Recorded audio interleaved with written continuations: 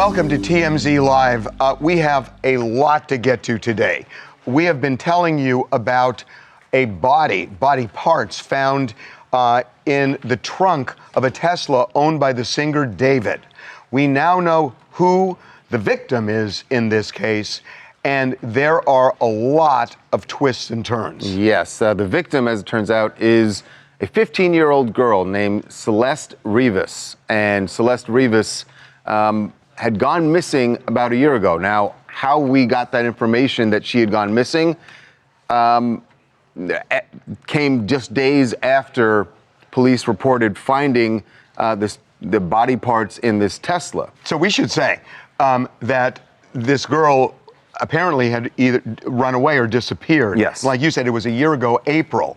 So the police have identified her, but here's one of the twists.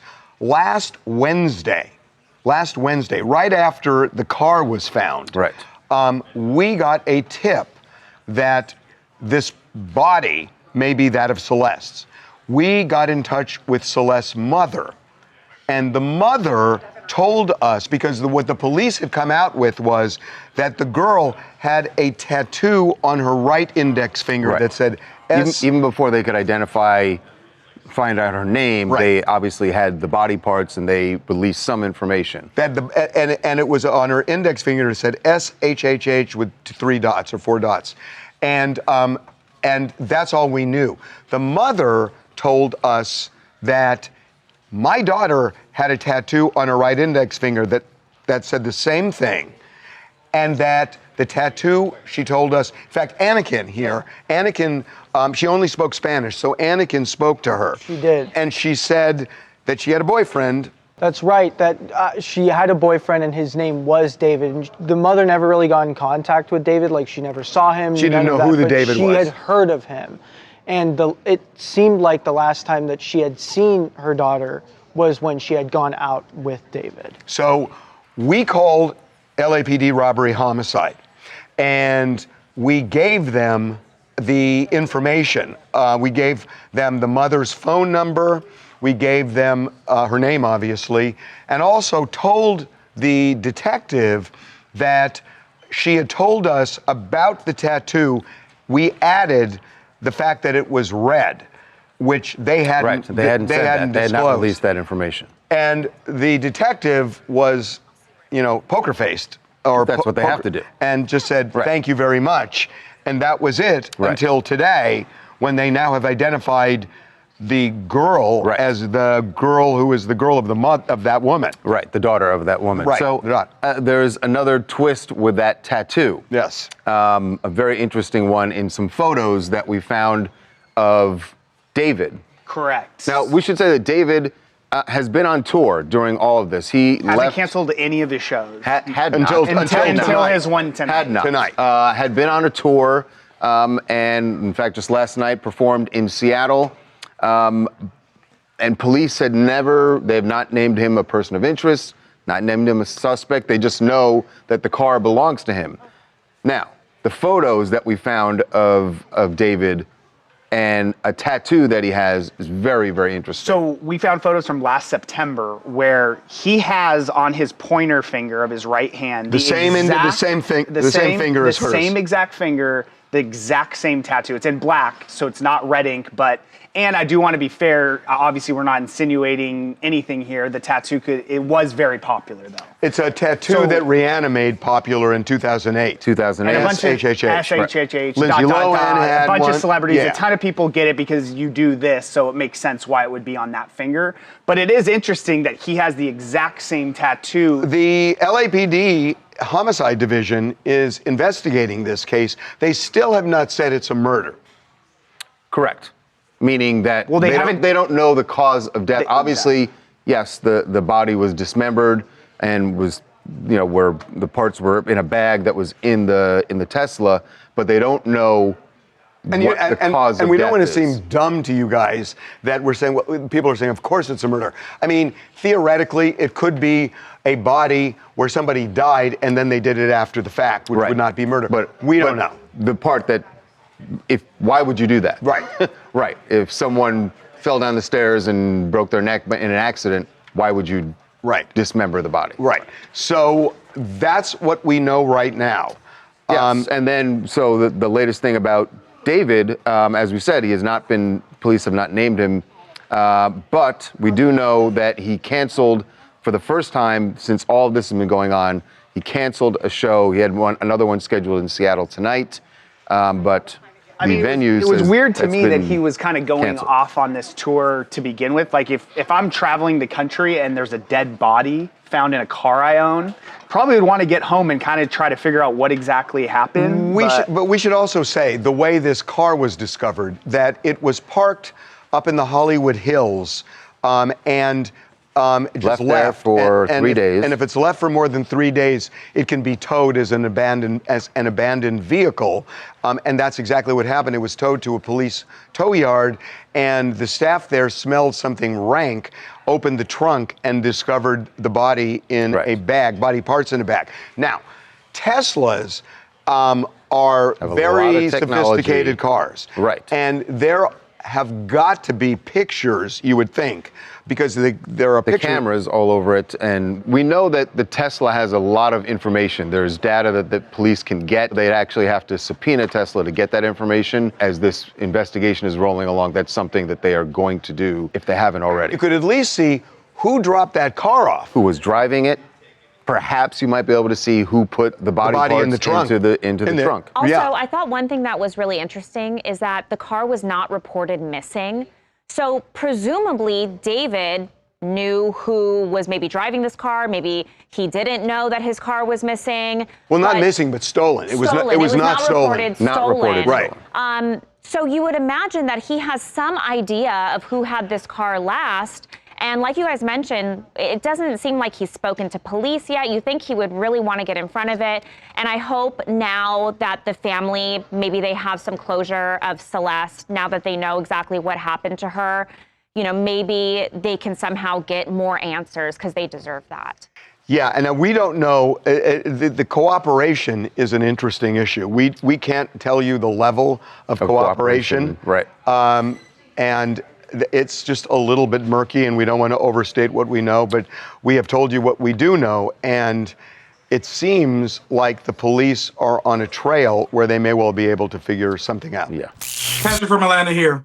There are way too many questions to be asked with this story here now. One of the things is, how does a person that's been missing since April 2024 be found today, dismembered in the back of a truck? But now we know extra things like there's too close of a degree of separation from the victim and David here. They both have matching tattoos. So, of course, there's some kind of, connection there. What does it mean to be, cooperating with the cops? Like you said earlier, why would you still continue to go on tour when something big like this is happening? We really need answers. The family deserves these answers. There's way too many gaps in this story. And I think we're going to get there. Yeah, I think the cops are onto something. Yes. Big surprise from Cardi B, or maybe not that big of a surprise. It's a story we were scared to tell. Yes, because she had denied all along that she was pregnant. There were lots of rumors, and we had heard more than some specifics. It was very specific. But you saw what happened out in front of court when there was a reporter who dared to ask her something about being pregnant, and she threw a pen at that person. Well, what the guy said was, are you pregnant with Offset's baby? Right. It turns out that's not factual. No, she is pregnant, but Offset is not the father. She made the announcement this morning on CBS. Well, yes, I am. I'm having a baby with my boyfriend, Stephon Diggs. I'm excited. I'm happy. I feel like I'm in a good space. I feel very strong. I feel very powerful that I'm doing all this work, but I'm doing all this work while I'm creating a baby. Me and my man, we're very supportive of each other. We're like in the same space in our careers, and me and him think the same way. Like, it's like, yeah, we're one of the greatest, but what's next? What are we doing again? We do it again. We have to do it again all the time. So we knew this. Her explanation for not revealing this had to do with her parents. Yeah. Yeah, She she said- actually said that her parents still don't know and that she has to tell them before that this airs and that she's terrified of her parents and she was nervous to tell them, but she was like, I have to so tell them. this was not a live interview this morning. No, it wasn't a live interview. Yeah, it was just a before. little bit of it. But it's her fourth baby. They're super excited. And she was like, everyone just like told me to go out and have fun. Just have fun. And she goes, had a little bit too much fun. And now like we're here. It's so exciting. What month is it next month? It's October. What's Taylor Swift's favorite number? 13. Oh, no. She did say that it's going to be due before her tour, which that goes on in February. Just yesterday, you were saying, that doesn't mean anything. Well, we said that the tour starting in February would mean she could have a baby. Yes. And I mean, then that's have why you're a few my months at boss. home. Right. It is It's very interesting. exciting. Also, we can't ignore the fact that she announced it today, Wednesday. Business is business. And the album comes out on Friday. Business is business. Well, she tells everyone, I have 4 kids now, go out and buy the album. You guys wanted to hear it. I told you, now support me. Right. I mean, it's so funny, but I think it's a twofer. Yes. It's a twofer. Yeah, of course. Exactly. Hey everybody, how are you doing? My name is Zachary Kirk, the Zactivist on all social media platforms, and I'm based in Atlanta. And you say what about Cardi B? On behalf of all of the Barty gang out there and all the fans who support her and love her, we just are excited that she is happy. Regardless of the timing, regardless of the secrecy, regardless of anything else, baby number 4 with the man that she is happy with, that she's having a great time with, we're just happy that our queen is happy. That's what matters the most. Congratulations, Cardi and Steph. Yes, yeah, indeed. Coming up.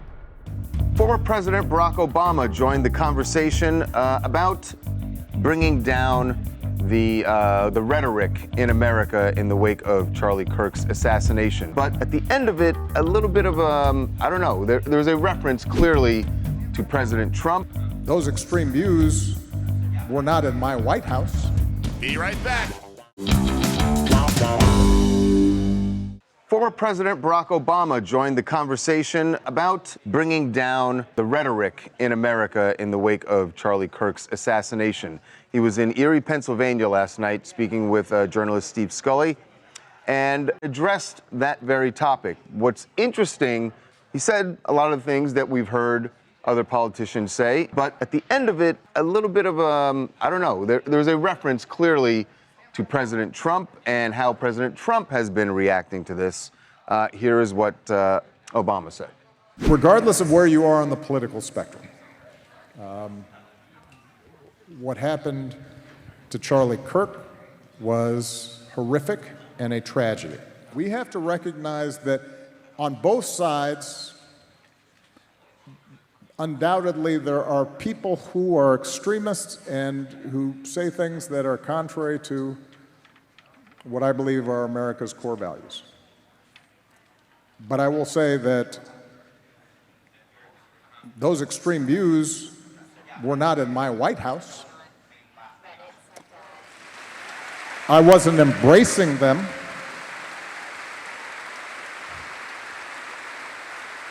I wasn't empowering them. I wasn't putting the weight of the United States government behind extremist views. And that is when we have the weight of the United States government behind extremist views, we've got a problem. Well, I mean, there's nothing obtuse about that. He is clearly talking about President Trump. So what's, I guess, ironic about it is can I just say, the conversation is about, and what he started out saying is, we need to bring it down, but at the end, it almost seemed like he speak for kinda 30 turned it seconds up. without being divisive. Well, I think what Obama is referring to, I think he's referring to a lot, but in particular, when Donald Trump was on Fox and Friends, and they asked him about uniting the country, his response was, I couldn't care less about uniting the country. I think that was a... No, I don't know. I mean, is he... what about you that? could certainly perceive that as him calling Charlie Kirk, by the way, extreme. That's the way I took it.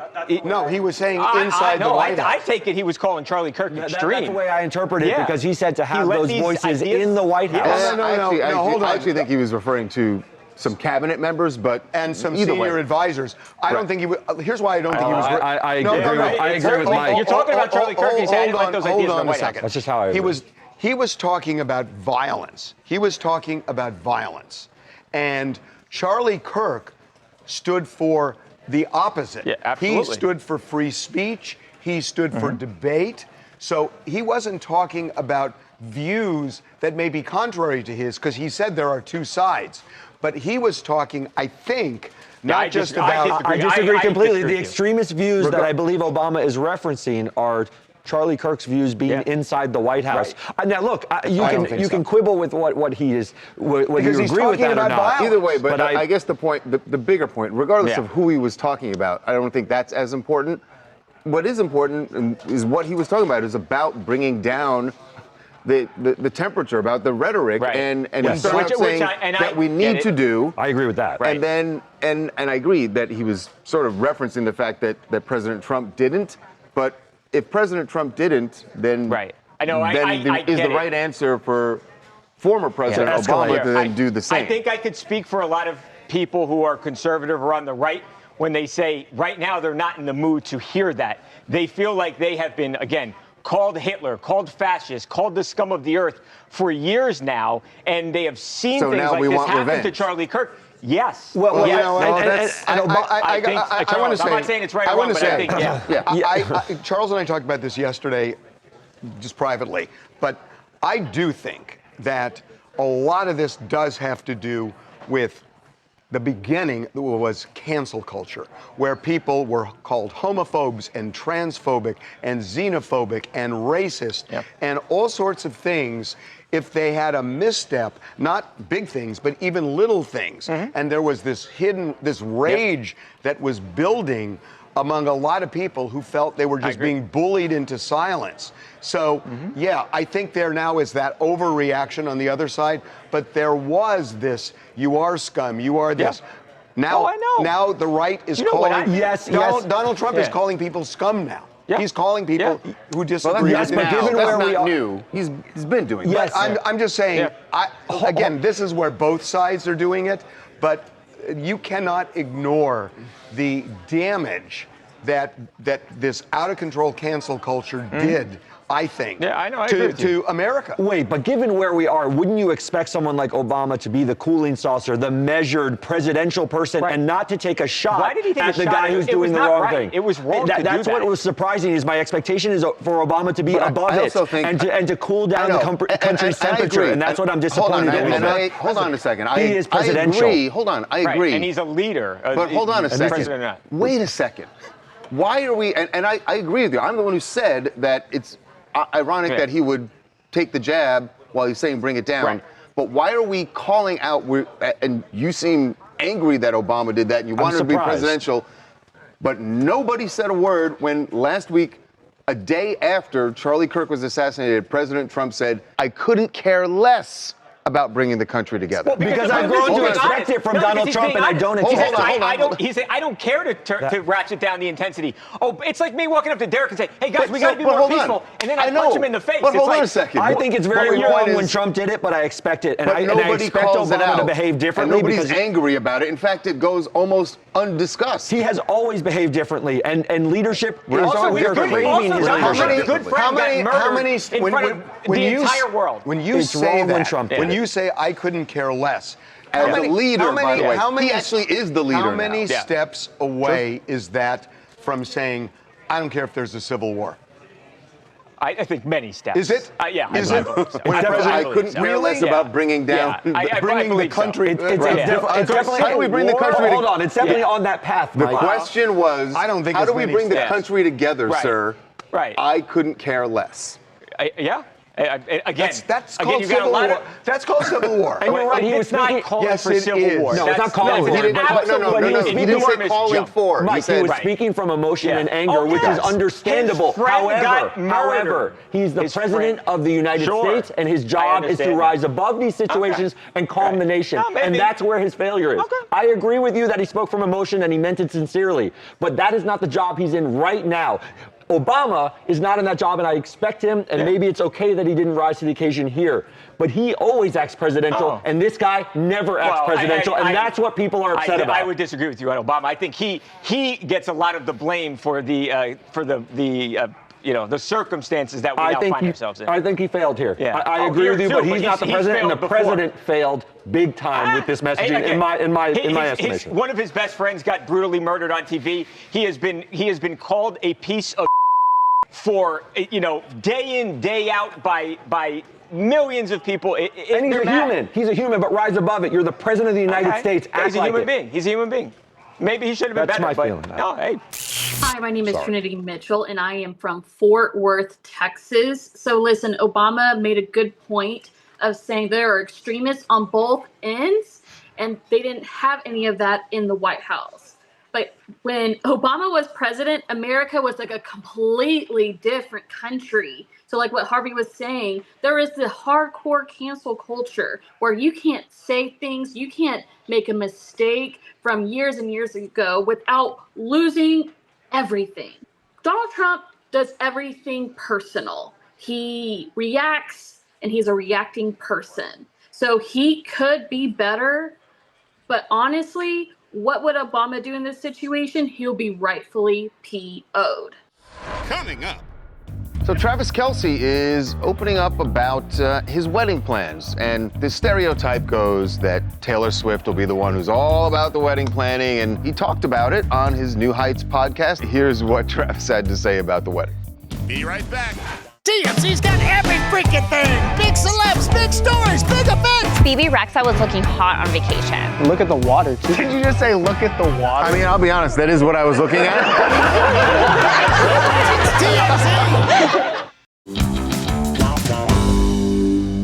So Travis Kelce is opening up about his wedding plans, and the stereotype goes that Taylor Swift will be the one who's all about the wedding planning, and Travis Kelce won't have anything to do with it. I never thought that. No. I never thought You thought he was going to be involved? I thought he'd be totally involved with her. Well, he talked about it on his New Heights podcast. They had Jimmy Fallon on as their guest, and yeah. I know why Jimmy Fallon is on. Yeah, I know exactly what you're thinking. Anything to sing at this wedding. He's like, hey, if you guys need someone, I will sing there. Here's what Travis had to say about the wedding. Are you working on planning the wedding? Are you doing this now? Is that the next move? Yeah, that's the next step. That's the next step in it all. Don't stress about it, too. I remember thinking about it with my wife. That one's going to be easy. I just got to figure out if win a football game first. Yeah, you got to do one of that. The wedding planning will be easy compared to trying to figure out how to catch a football. Yeah, you got to do DJ or band. Are you thinking about all this stuff? Yeah, I think we're live music kind of people, you know. So, I've seen you perform. You have to. Jason, you must have seen Travis. Oh, yeah. I've seen all of them, and you've seen all the moves. I've seen these all growing up. He's always had this in his bag. He's been a man of entertainment since the beginning. So this is not surprising. I just go up there and I send it. Can I just say something about this? He said something. I don't think they've made any wedding plans yet. No. Because he said the next step is planning a wedding. So it's not like they're in the throes of doing it. I don't think they're even going to think about it until after the football season. Yeah, and it sounds like they haven't even. Although the music thing was just, he said, well, we both love live music. And also, I feel like Taylor Swift might be able to get a pretty decent band to play at her wedding if that's what they wanted. So what is it? Foreigner said we'll do it for free. Right? Yeah, I'm sure a lot of people said they'd do it for free. Everyone's throwing their hat into the ring now, but of course, all the Swiftie fans are like turning to Taylor's personal friends, like Ed Sheeran. They want maybe like Selena Gomez to do something live. It doesn't necessarily have to be like a band. It could just be like somebody singing live with a band. Yeah, I think what they do is put together just like a great, she knows great studio musicians, have them put together a band, and then just let people sing individually. They're going to do a famous band. Like all the guests, No, you they're think? definitely not. It's going to be too much like it will be too much like professional karaoke. If No, Sabrina Carpenter comes up and then Gracie Abrams comes up and no. Yeah, but it's professional. I'm not saying it's they're like the top of the top artists. All I'm saying is think the band not will going have to a rotate. singer, but you can have people come up if they want to. Give them the option. but you just got to have a great band. I do not see that at all. They're not going to have a professional band. It's not going to be like a jazz band, Harvey. No. But that's why I'm saying Ed Sheeran is not his. I mean, is has it a not going to be band. dance No. music? Yeah. Okay. Hey guys, it is Jamie in Chicago. Now, I might be in the minority on this one because I'm team DJ. I like a DJ at weddings. And then I 100% see Travis being involved. Have you seen his pregame outfits? That man has flair. That man has opinions. He will be involved in wedding planning. Mark my words. Yeah. But it I saw hasn't the happened shorts yet. he was wearing the other day. Oh God, with a tie? Yeah, but no, he had he's the- trying to start a thing. He's I don't trying know. to start Maybe a it's thing. going to be a thing. Coming up. Discord. I'm not just speaking about how it feels in America these days. Right. I'm talking about the social platform. We found out that Tyler Robinson was communicating with his roommate and other people on that platform. Be right back. Discord.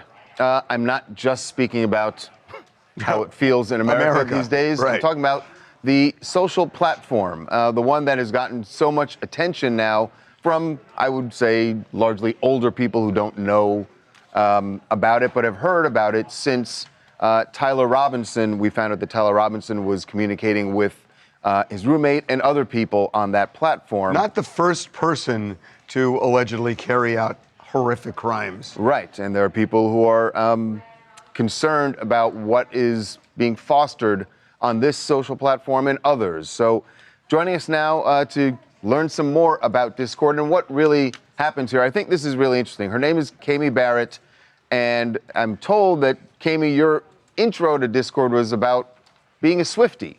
So this shows the disparate personalities and people who are on this platform. So it's not all bad. We can say that. Kami Barrett, welcome to TMZ Live. Thanks for having me. Yeah, I think it's definitely important to note that there's a really vast majority of all different types of people that use Discord. So I appreciate you for acknowledging that. Well, let's talk about the part that is problematic. That it seems, at least when you listen to authorities after mass shootings, after what happened in Utah, that it is often used to radicalize people. So tell us what your take on that is, what you see when it comes to that. And we should say that Kami has been a user for 10 years on Discord. So what about that? So I think a lot of people are thinking that because you have so many people in the political sphere saying this. But it's really important to note that not all of this behavior stems on Discord. Discord is a place where you can create a community for whether it's something like Taylor Swift or something to bring a group of people together who have really far-right idealistic views. A lot of this stems from actually the websites 4chan and 8chan. So a lot of people who viewed the way that Charlie Kirk did, or even, Nick Fuentes, he has a group of people, the Groypers, which, is one of the inscriptions that was on one of the bullets. They view people like Charlie Kirk as not far right enough and actually are groups that incite violence.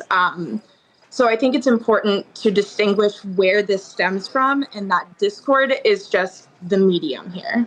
So Kami, I was told by our producers that you had a particular experience when you started. As we mentioned, you went on to meet with other Swifties, but you did pretty early on see and hear some extremist views being expressed by people. Yeah, so my server was actually posted to one of these forums. I initially started it off of TikTok.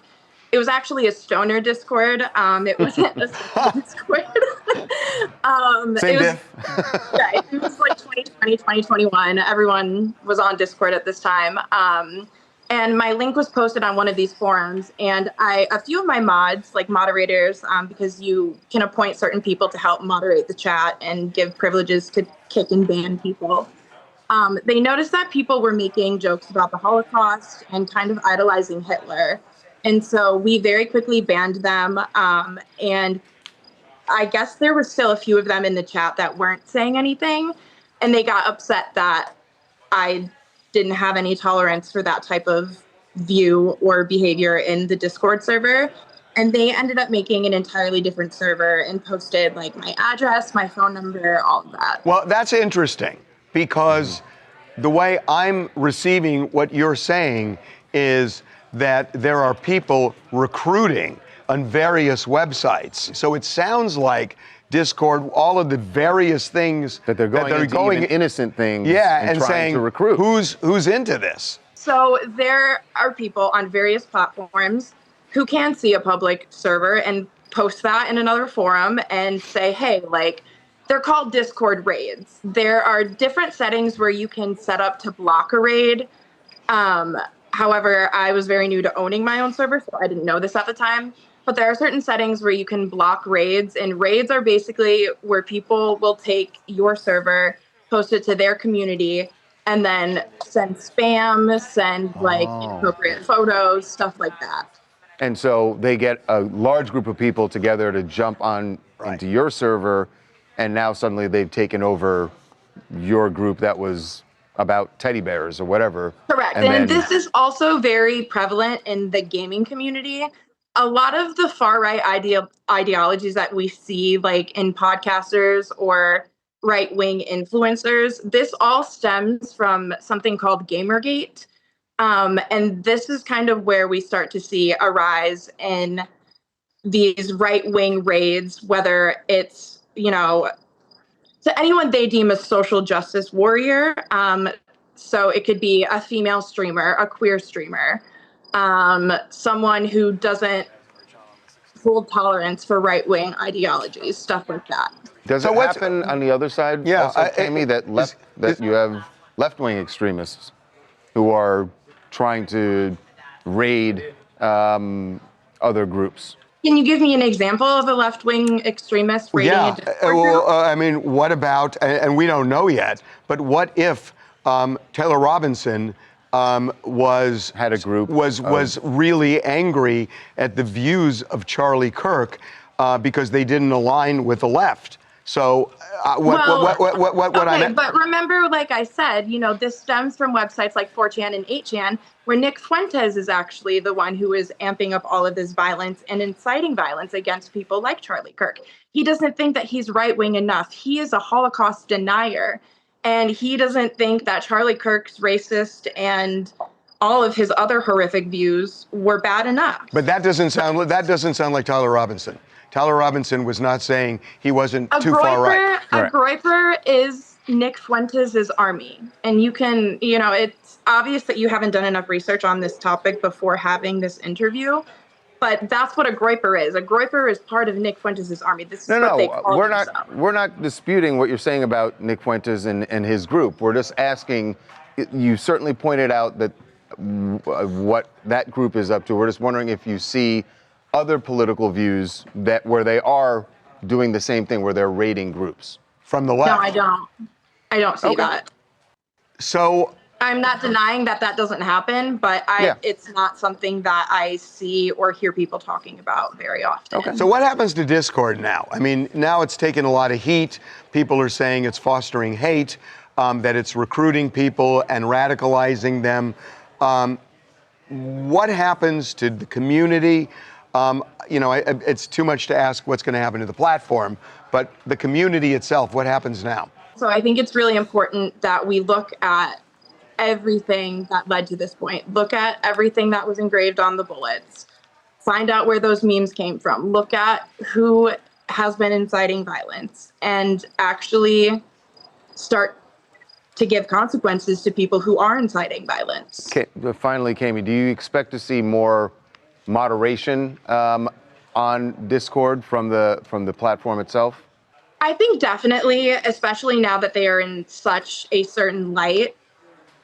I don't know how possible that is, considering how large some servers are, but I would hope so. Okay. All right. Kami, we really appreciate you coming on. Thank you, Kami. Appreciate it. Thank you.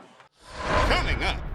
3 years ago when Ned got the boot from Try Guys. Well, he and his wife stayed together up until recently, or so it seemed. So it seemed. They did come back together today, though, for a podcast. Be right back. Welcome back to TMZ Live. Where is the time going? I could not believe that question in a long time. No, I could not believe it this morning. We were talking about this story with Ned Fulmer, formerly of the Try Guys. You remember he was kicked off of the Try Guys after it discovered that he was having an affair with one of their production assistants. As I was reading this, we're going to get to the news about this in a second. That was 3 years ago. I know. I would have sworn to you that that was just last year. 3 years ago when Ned got the boot from Try Guys. Well, he and his wife stayed together up until recently, or so it seemed. So it seemed. We've gotten some more information about this, but this is true. Ned and his now estranged wife, Ariel, are not together. Story we broke yesterday. And they did come back together today, though, for a podcast, for a new podcast that Ned has launched. This is what Ariel had to say on Ned's new podcast. It's been complicated for a while. I mean, we are still friends. We have children together. We go on trips together. Right. Like, you know, there's a spectrum of being together, not together. Right. Like there's ways in which we're together, but it's like the way that everyone wants to know, like, are you guys still like an item? Are you guys still a couple? Like, no. We really haven't been at all this last 3 years. No, we haven't. People ask me, like, do you forgive Ned for what he did? And I mean, the answer is no, absolutely not. How can you forgive somebody for lying to you, for cheating on you? No. He's trying to paint the best possible picture. He's like, oh, well, we still do stuff together. Right, and she's making it clear. I'm angry still. And yet, she goes on the podcast, and then you're hearing they're going on vacation and everything else.